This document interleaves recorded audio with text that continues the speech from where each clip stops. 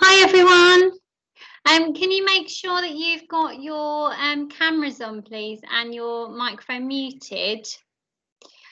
And can you just give me a thumbs up if you can see my screen? So it says early years information for parents. Can everyone see that? If you can't, then maybe just unmute and let us know.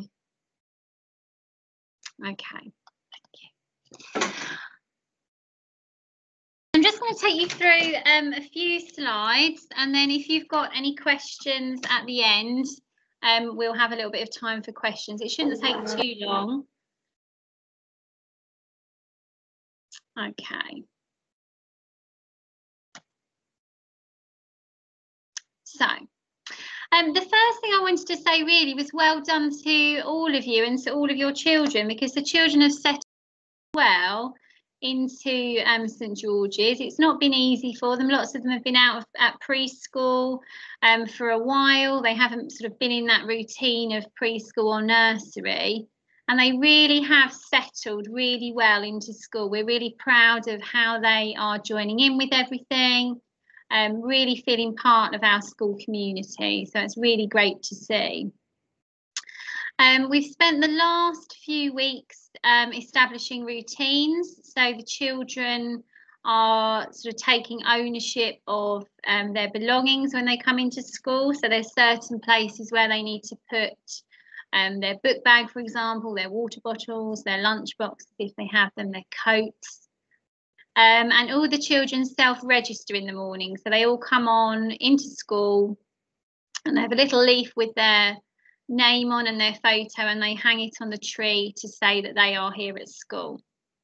So it's very much developing that sort of ownership of things and belonging to the school community. We've also spent lots of time getting to know one another. So lots of games, lots of activities with children, so they're not always working with the same people, so they can establish different friendships. And we've also set out lots of expectations. So we have very high expectations here. So expectations of behaviour, which we have discussed with the children. Lots and lots and lots about ways to behave, how to talk to each other. If children do things successfully, so if they sort of demonstrate good behaviour or good work, or maybe they're being extra helpful, for example, or polite to one another, or they've done a really good piece of work, or they've tried really hard, then they will earn a raffle ticket.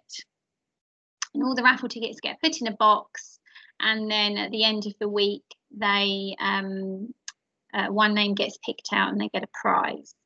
So incentive. We also have Star of the Week. So one child in every class will have Star of the Week. You've probably seen that on the newsletter, and that will be someone who's done something particularly wonderful for that week, and they will have their Star of the Week certificate. I've just put on there as well a few of our class rules. So the class rules were all decided by the children and the adults within the classroom. So we thought about things that we felt were important in order for our classroom to be a really nice place and for our school to be a nice place. So things like kind hands, kind feet, kind words, making sure we're sharing, taking turns to play with toys, but also taking turns when we're speaking, so we're not sort of speaking over one another. And then we also have some rules like no shouting, no running in school. All the children have made a handprint, which they have put up around our rules to show that they are going to try really hard to follow those rules. So if they don't, and certain things happen where they don't follow the rules, then they will have a warning, and if they would carry on persistently doing what we've not asked them to do, they would have a timeout for 5 minutes. We've also established lots of sort of routines around lunchtime as well. Lunchtime is quite hard for a lot of children to go and you know, make choices as to what they would like. All the children independently go up and get their food, and are encouraged to use their knife and fork to eat their food as well. So they're really enjoying lunch now. I think it was quite overwhelming at first, but they seem absolutely fine with that, which is really good. This is our timetable of the day. So as I said before, when they come in, they self-register, they make their lunch choices. And then we have a kind of carousel of activities. So things will be different each week, but we normally get them to practice writing their name each week. We do a Funky Fingers activity each week, which is an activity to develop fine motor skills. So it could be threading, it could be making patterns in the foam, it could be popping bubble wrap, all different things like that.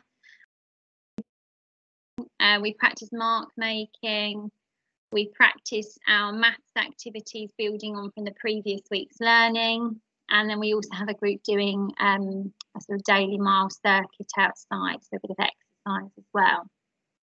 We then do phonics, which I'm going to talk a bit about in a moment. So we do a 20-minute phonics session every day, followed by some kind of singing action songs and rhymes before worship. The children go to worship every day. They're really enjoying worship. They're joining in with questions and the prayers and all the things that we're doing within that time. We then have story and snack, and then we have child initiated. So that's where the children, in their minds, they're having their free choice, their free play, but it's specific activities that we've set up that they'll choose to go and play with. Then we do a maths input, and then we have lunch and playtime. After lunch, we will come in and we will take the register, and then we will discuss playtime. So there might be certain issues that may have happened at playtime. There might have been sort of differences that have occurred. They might talk about exciting things that they've done and played with. After we've done that, we do some teacher-directed activities. So that will be across all areas of the curriculum. So it could be art-based, it could be maths-based, it could be thinking about the world. So it would depend each week what we would do there. Then they have another child initiative session in the afternoon, and then we sort of end the day with story songs or kind of circle time, ready for home time. PE, as you know, is on a Thursday. Mr. Cunningham was really pleased with how they are doing in PE. They've been doing lots of following instructions and getting used to working in their community teams. And then after half term, they're going to start BEAM, which is a movement programme which helps to develop their core and their coordination. So that will carry on a Thursday. And then we also have Forest School. One afternoon a week, we will go out and do Forest School. Predominantly, it will be either a Monday or a Tuesday, and that will run every week, whatever the weather. So phonics we teach daily. So we follow the letters and sounds phonics scheme here. So as you can see, though, there are 5 sets of sounds in the first, in the phase 2 letters and sounds scheme. So what we would try to do is do 4 a week, and then we would recap on a Friday. We recap the sounds every single day. Once we've taught, which we have taught the first set, we would start looking at blending the sounds together to make a word.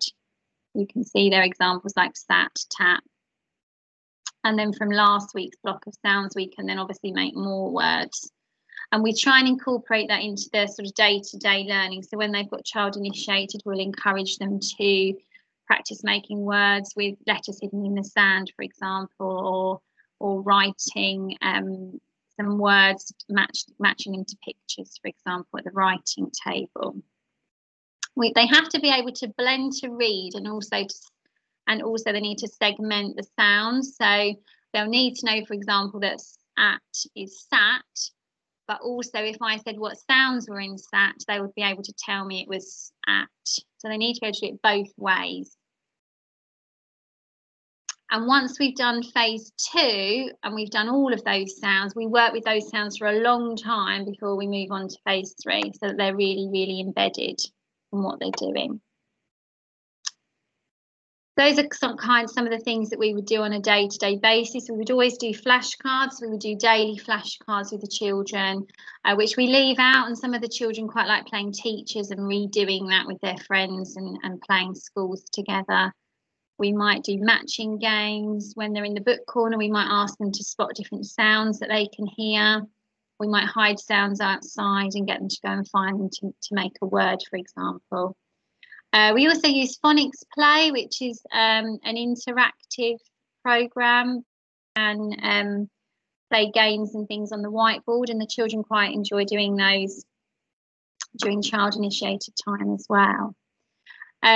We also, at the end of our phonics session every day, we teach the children how to form the letter in the cursive handwriting style.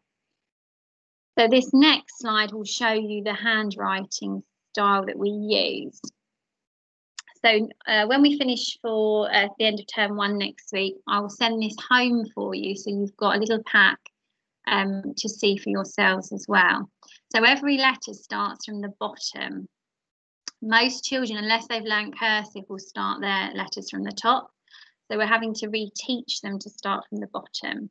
So it is a little bit of a hard going initially. Some of the letters are very tricky to form, like Z, for example. They always find K really hard, and they'll often confuse that. They'll often say that's R because it looks like a capital R. So it's just lots of reinforcement, lots of encouragement. At the minute, we're just saying, have a go. You know, we're not expecting to form their letters like this. But once they've got it, it makes it much, much easier for joining. And we started this with our year 1s last year, and Mrs. Warburton's really pleased that most of them are now joining. So it's tough going initially, but once they get into year 1 and 2, it does make their handwriting much easier, and they're able to write more fluidly as well. So like I said, we'll send that home, so you've got that, so you can see that at home, so you know how the letters are formed in school. For maths, we use Mathematics Mastery here. So we're using that across the whole school, and that's really trying to embed a deeper understanding of math, in particularly vocabulary. And at the moment, we are really trying to get the children to understand what a number is. So even if your children have come to school and they know, you know, we could give them flashcards 1 to 10 or 1 to 20, and they'd know those by sight. Do they really know what number 6 means, what number 4 is? We've looked at repeating patterns lots over the last few weeks. Patterns all around us, different ways we can make patterns. We can make patterns with natural things. We've been at forest school this afternoon making patterns with leaves and sticks and things. Making patterns with our bodies by maybe clapping and tapping our knees and just repeating. And we've also looked at early number recognition and making sure they can all count out accurately, one object at a time, so they don't miscount. We all very much work as a class. So we all work as a class and we all move on together, and there's lots and lots of practical activities, lots of different manipulative, lots of different resources to help support their counting, support their learning. The children really enjoy using Numicon, which is a picture of there if you haven't seen Numicon before. Lots of children find that easy to help them recognise number by associating it with a colour or a particular shaped piece. So we do lots of work with Numicon as well. Reading, obviously you've had children's books home already, and thank you to all the parents who are reading with their children. Books will be changed Monday, Wednesday and Friday. They must have been read twice and recorded in the book. So that's across the whole primary. That will continue.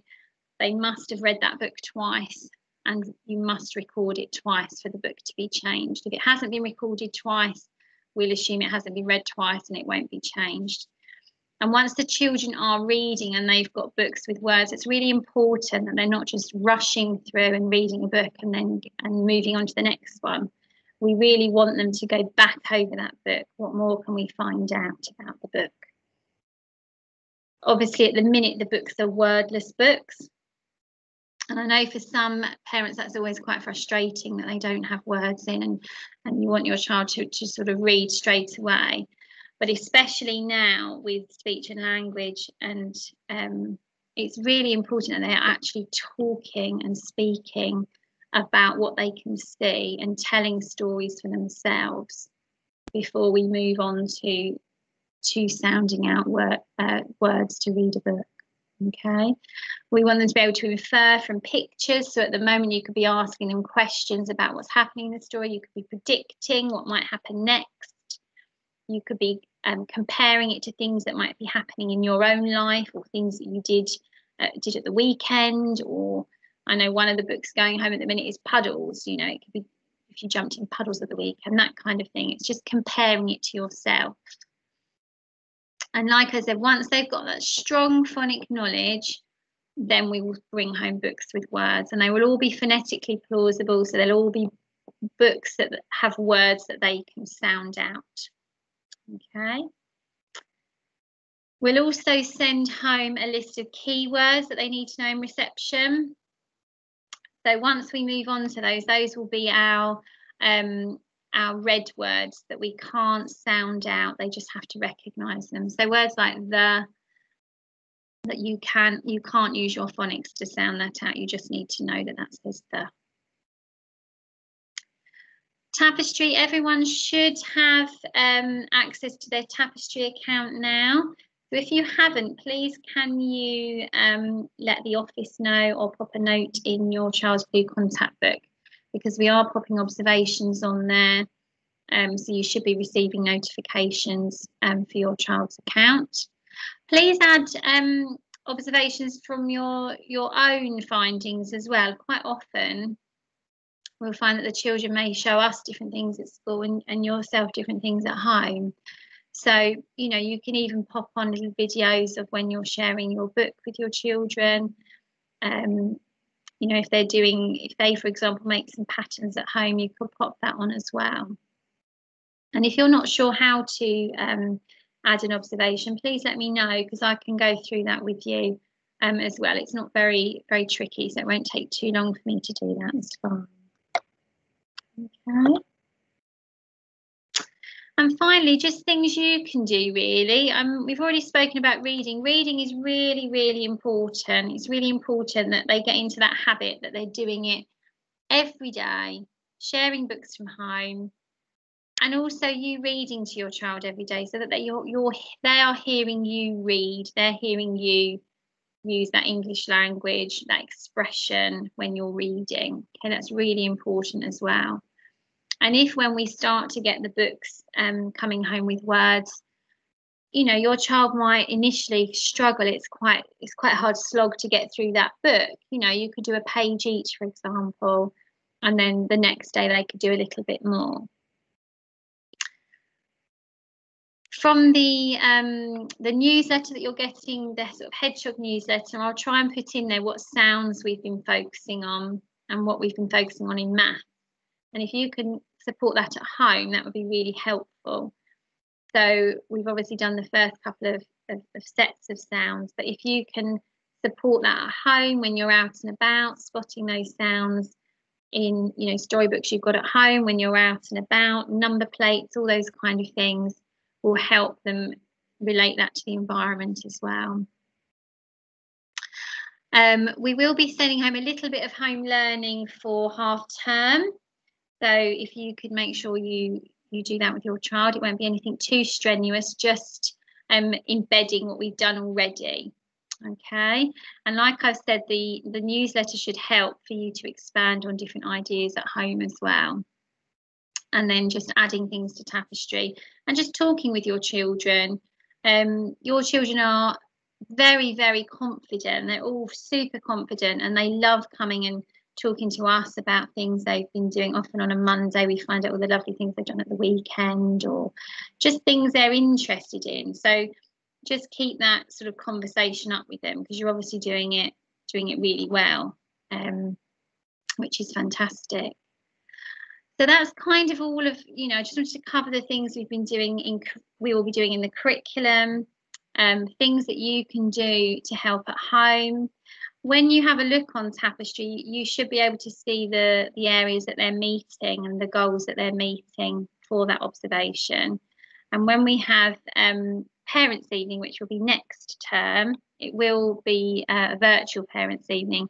We'll talk more individually about children's abilities and how they're doing, and sort of strengths that they've got and areas that they need to a little bit more support on. So that will come next term. Okay. So if there's anyone that has any questions, what I'm going to do is, if you would like to either raise your hand if you've got a question.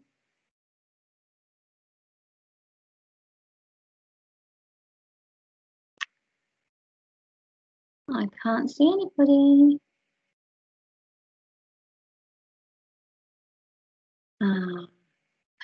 Jamil's dad, do you have a question? Yes, I do. Hello there. Hiya. Hello, what's your question? My question is in regards to the curriculum. Is this something that we can have access to just to understand what the curriculum details is about? Yeah, you can have a look on Tapestry. So on Tapestry, it will show you the early years curriculum. So it will show you all the different sections of the early learning goals. So you can have a look on there. If you can't find it, let me know and I'll direct you to it. Oh, thank you very much. Okay. Any other questions? Now, I can't see all of you, so if you use the little raise your hand button if you've got one, if not, I'll assume that you are all happy. No, I think you're okay. Brilliant. Well, thank you so much. Like I said, we'll send quite a little bit home over half term, just so you've got a pack of things to kind of get your head round. And then after half term, it will pick up a little bit more. So we slowly, as the year goes on, we'll introduce more sort of focused direct learning. But the children are doing really, really well. You should be really proud of them. They've settled really, really well. And it's like they've been here forever, to be honest. They're doing amazing. So thank you very much for joining me today. Oh, hello. So thank you. Oh, thank you so much. And we'll pop this on the website. And if you've got any questions, other questions, just pop a note in their blue book. Thank you very much. Bye. Thanks. Bye. Thanks. Bye.